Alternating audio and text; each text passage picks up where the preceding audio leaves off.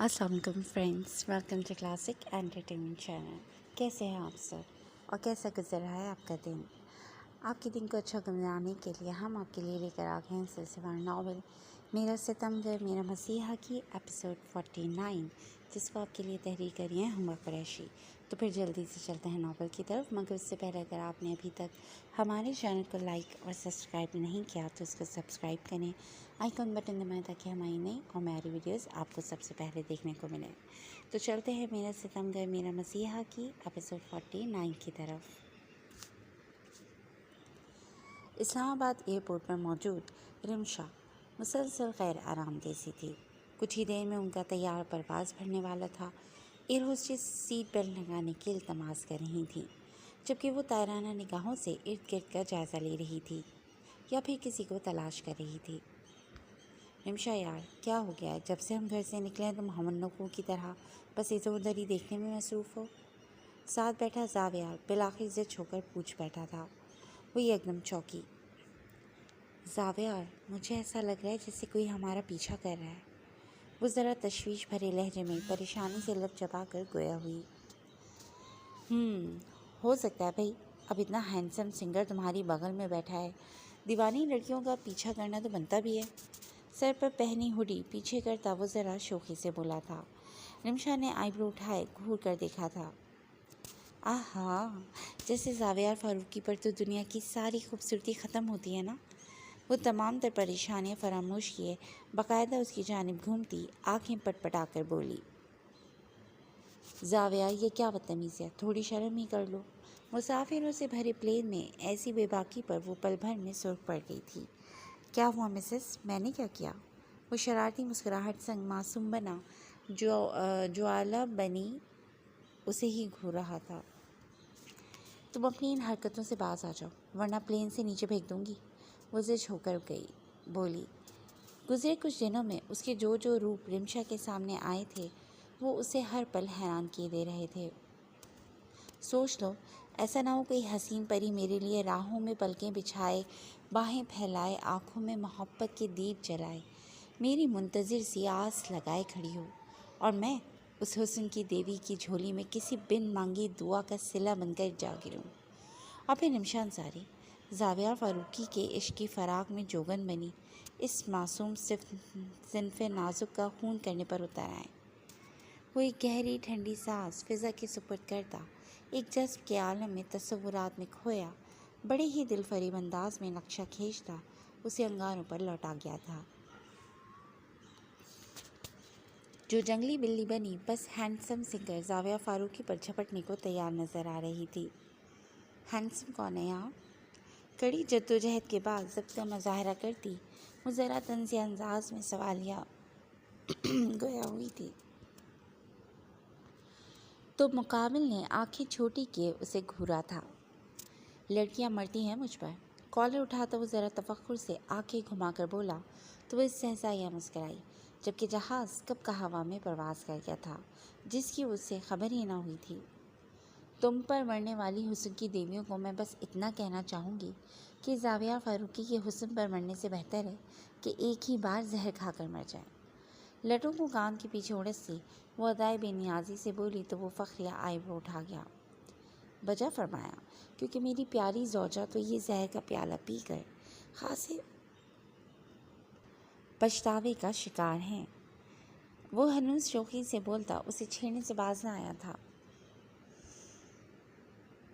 جس تن نوں لگدی ہے او تن جانے، وہ ناک سکیڑ کے بولی تو زاویار نے بمشکل مسکراہٹ ضبط کی تھی۔ ہائے، کوئی قدر ہی نہ جانا میری۔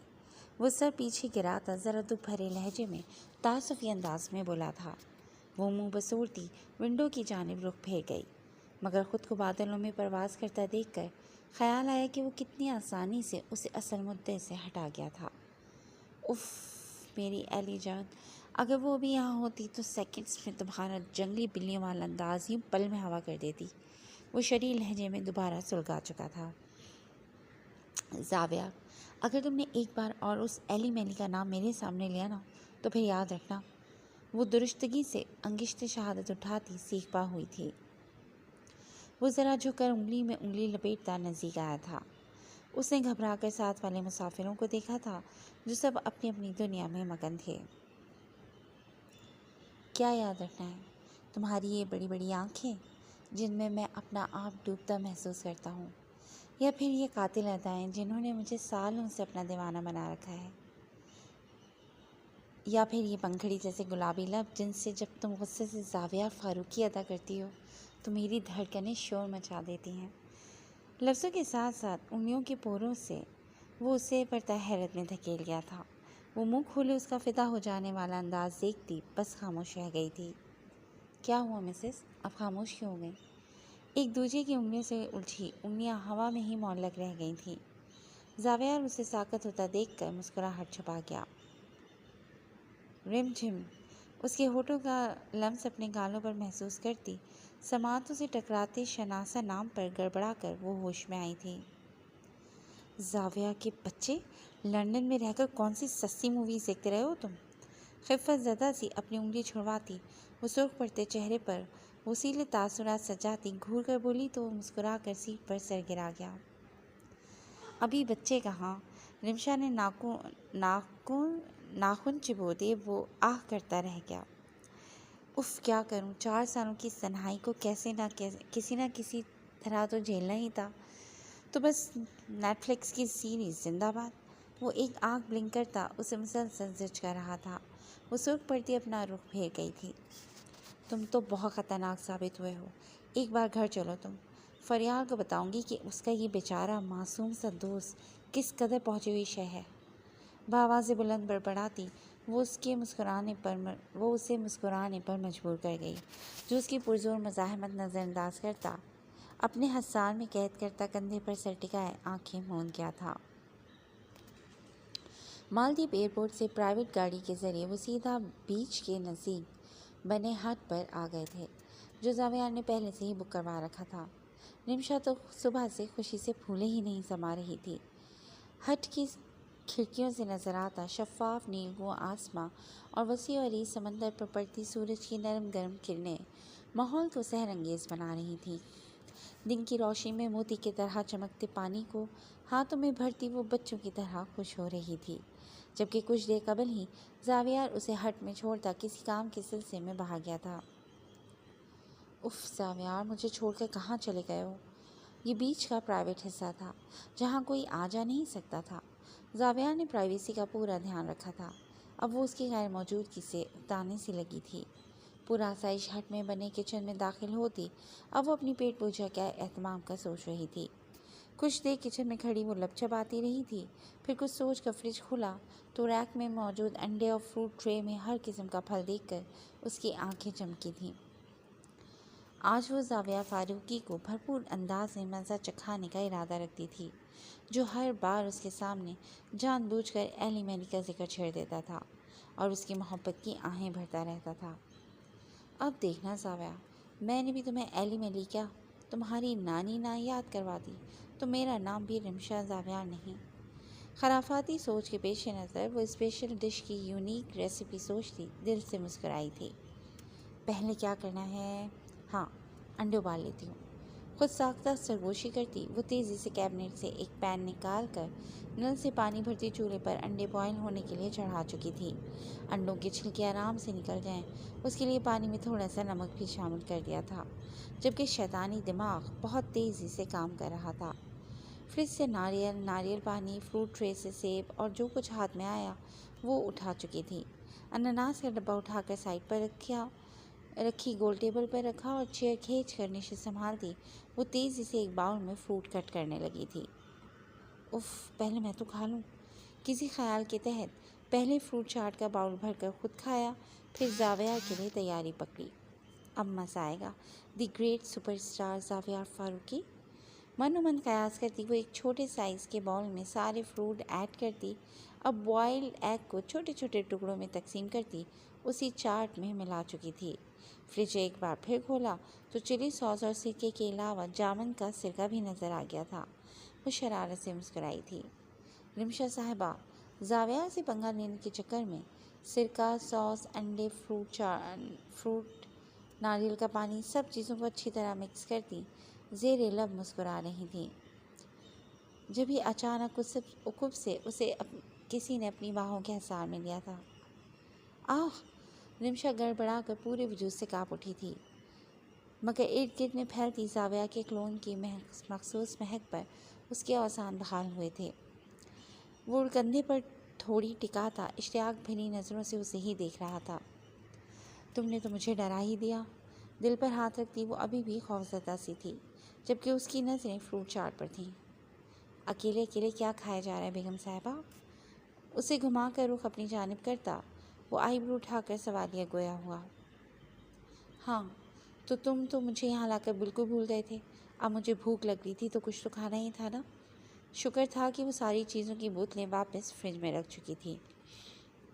اوہ سوری یار، میں بھول گیا، چلو ڈنر پر چلتے ہیں۔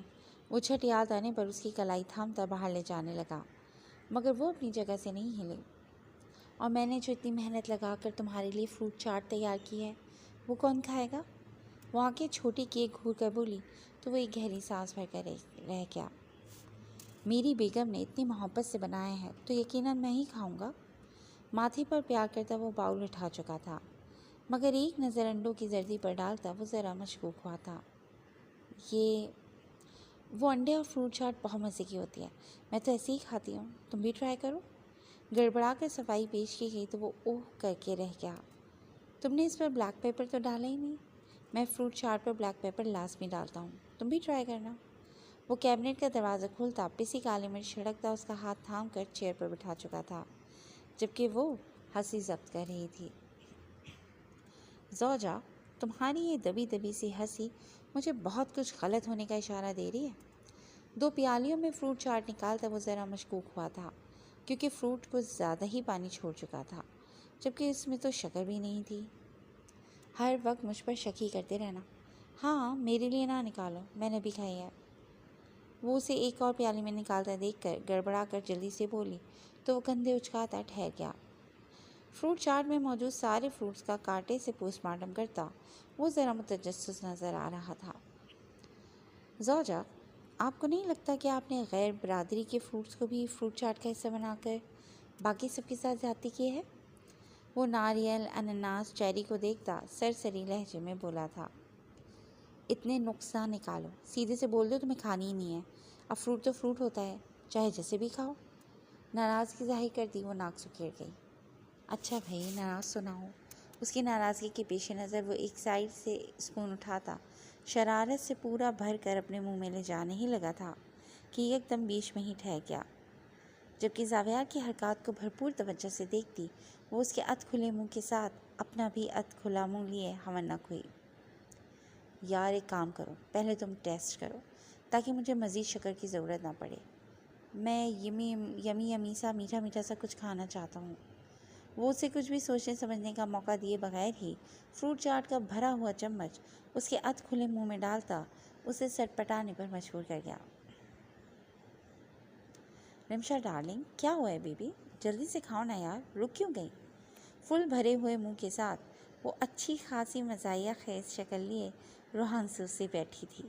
حالت کچھ ایسی تھی کہ نہ اگلی جا رہی تھی اور نہ نگلی۔ وہ بڑی توجہ سے کانٹا ہاتھ میں پکڑ کر بیٹھا اس کے نوالا چبانے کا منتظر تھا۔ رمشا، کھا کیوں نہیں رہی ہو؟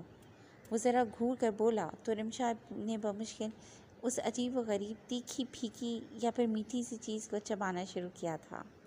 ٹیسٹی ہے نا؟ بس آنکھوں سے آنسو آنے کی کمی رہ گئی تھی، باقی تو وہ اسے ستانے کا سارا سامان کیے بیٹھا تھا۔ آنکھوں میں شرارت ہچکولے رہ رہی تھی۔ یار شکل دیکھو اپنی، باہر نکالو اسے، وہ زندگی سے بھرپور کہکا لگاتا اس کا ہاتھ پکڑ کر سنک کے پاس لے کر آیا تھا، جبکہ اب وہ باقاعدہ روتی ہوئی سنک میں کلیا کر رہی تھی۔ کس نے کہا تھا اتنا دماغ چلانے کے لیے، جبکہ کھوپڑی میں دماغ موجود ہی نہیں ہے؟ وہ مسکراتا ہوا گلاس میں پانی نکال کر اب اس کے لبوں سے لگا چکا تھا، جو سرخ آنکھوں میں ڈھیروں شکوے لیے اسے ہی گھور رہی تھی۔ تم بہت بدتمیز ہو، جب تمہیں پتہ تھا کہ یہ فروٹ چاٹ اچھی نہیں ہے تو مجھے کیوں کھلائی؟ وہ الٹا اس سے خفا ہو رہی تھی۔ اور تمہیں جو پتہ تھا کہ فروٹ چاٹ اچھی نہیں، مگر تم پھر بھی مجھے کھلانے پر تلی ہوئی تھی۔ زاویار نے بھی خشم کی نظروں سے گھورا تو وہ نظریں چرا گئی۔ بہت برے ہو تم، بات نہ کرو مجھ سے، ابھی تک منہ جل رہا ہے میرا۔ وہ شکر منہ میں ڈالتی روحان سی ہو گئی تھی۔ زوجہ محترمہ، کارستانی دکھانے سے پہلے انجام کے بارے میں بھی تو سوچ لینا چاہیے تھا نا۔ اس کا چہرہ صاف کرتا وہ کمر تھپ تھپا کر بولا، یہ نہیں کہ کھا لیتے، مگر نہیں، تم کیوں ایسا کرتے؟ مجھ سے پیار تھوڑی کرتے ہو تم۔ اب وہ ایموشنل بلیک میلنگ پر اتر آئی تھی۔ زاویار نے اسے گھور کر دیکھا تھا۔ چلو آؤ، تمہیں اچھا سا ڈنر کرواتا ہوں۔ اس کو اپنے حصار میں لیتا وہ ہٹ سے باہر لے جانے لگا تھا۔ اچھا رکو ذرا۔ وہ یک دم پلٹ کر واپس آیا تھا اور فروٹ چاٹ کا باؤل اٹھا کر ایک چمچ بھر کر منہ میں رکھا تھا۔ اس کے پیچھے پلٹ کر آتی نمشا کی آنکھیں باہر آ گئی تھیں۔ زاویار، کیا کر رہے ہو؟ دماغ ٹھیک ہے تمہارا؟ پتہ بھی ہے یہ کتنا تیکھا ہے، اسے کھا کر بدہضمی ہو جائے گی۔ وہ اس سے تیزی سے باؤل جھپٹ کر چھین چکی تھی، جو مزید کھانے کا ارادہ رکھتا تھا۔ اب تم نے پہلی بار میرے لیے کچھ اپنے ہاتھوں سے بنایا تھا تو کھانا تو بنتا تھا نا۔ وہ منہ کھول کر اپنے منہ کی آگ نکالتا نارمل انداز میں بولا، شٹ اپ، باہر نکالو اسے اور یہ پانی پیو۔ نمشا کو اب اس کی بے وقوفی پر طیش آیا تھا۔ ہاں، پھر تاکہ تم بولو کہ میں تو تم سے پیار ہی نہیں کرتا۔ وہ فوراً نوالا نکالتا شرارت سے بولا تو وہ گھور کر رہ گئی۔ اب تو تمہیں پتہ لگ ہی گیا تھا نا، پہلے خاموشی سے کھا لیتے تو یقین کرتی میں تمہاری محبت کا۔ وہ سرد سانس خارج کرتا آنکھیں گھما کر رہ گیا۔ بیوی کو خوش کرنا دنیا کا سب سے مشکل کام ہے زاویہ فاروقی۔ خود ساختہ قیاس آرائی کرتا وہ اس کی ہمراہی میں ہٹ سے باہر نکل آیا تھا، جبکہ اب اس کا ارادہ ڈنر پر جانے کا تھا۔ ظاہر سی بات ہے، تم زاویار ہو، کوئی ناول کے ہیرو تھوڑی جو اپنی ہیروئن کے لیے کچھ بھی کر گزرتا ہے۔ نمشا اور نمشا کی افسانوی دنیا۔ وہ تعصب زدہ نظروں سے گھورتا خاموش رہا، جو اب رات کی تاریکی میں بیچ کے سحر انگیز منظر میں کھوئی پانی کی جانب دوڑ پڑی تھی۔ نمشا، یار پہلے ڈنر، مجھے بہت بھوک لگ رہی ہے۔ وہ تیزی سے پکارتا اس کے پیچھے دوڑا تھا، جو کھلکھلاتی ہوئی پانی سے کھیل رہی تھی۔ جی فرینڈز، آج کے لیے بس اتنا ہی۔ کیسی لگی آپ کو آج زاویار اور نمشا کی کہانی؟ بہت جلد ایک نئے ایپیسوڈ کے ساتھ ہم حاضر ہوں گے۔ جڑے رہیے گا کلاسک انٹرٹینمنٹ چینل کے ساتھ۔ ٹل دین ٹیک کیئر اینڈ اللہ حافظ۔